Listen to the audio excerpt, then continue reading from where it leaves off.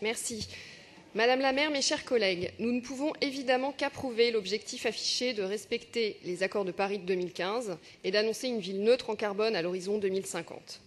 Mais le chemin pour y parvenir reste très long. Cette communication a été l'occasion de tirer un bilan de la mise en œuvre du premier plan climat adopté en 2007. Ma collègue Édith Gallois l'a souligné, les objectifs n'ont pas été atteints et ne le seront probablement pas en 2020. C'est la raison d'ailleurs pour laquelle vous proposez un programme d'accélération de mesures pour tenter d'y remédier. Donc qu'il s'agisse d'émissions de gaz à effet de serre ou de réduction des consommations énergétiques, le compte n'y est pas. Si nous partageons cet objectif de ville neutre en carbone à l'horizon 2050, insistons une nouvelle fois sur l'urgence de la crédibilité. Il faut être ambitieux, mais pour ne pas perdre la confiance de nos concitoyens, il faut donner quelques raisons de penser que les objectifs seront atteints. Lors de votre introduction, Madame la maire, vous posiez la question « faut-il le faire ou faut-il le faire ainsi ?» Alors, faut-il le faire? Oui, bien sûr. Faut-il le faire ainsi? C'est là que le bât blesse, parce que le « ainsi » reste bien flou dans cette communication.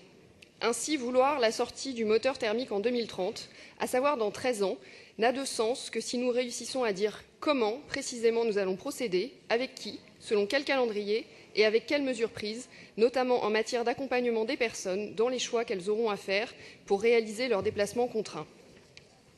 Même chose pour la rénovation de 100% du bâti en 2050. C'est bien sûr un objectif que nous partageons, compte tenu du poids du chauffage dans l'empreinte carbone.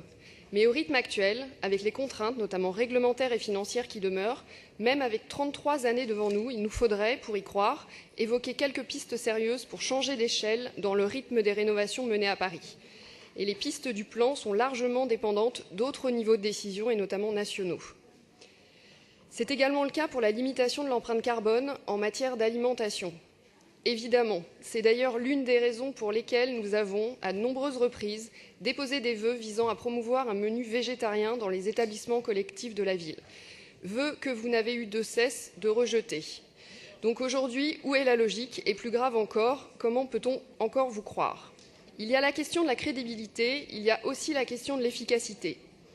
Plusieurs textes, depuis le début de la mandature, ont souligné combien la mise en œuvre d'objectifs, pourtant partagés sur l'ensemble de ces bancs, pouvait avoir l'effet inverse à celui recherché.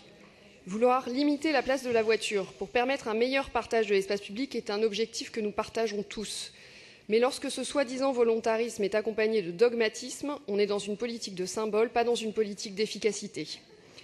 Gageons que la réflexion sur la transformation du périphérique annoncée tire les leçons des échecs précédents. Donc pour prévenir des mises en œuvre aberrantes, nous serons particulièrement vigilants à la manière dont les objectifs seront traduits. Je vous remercie.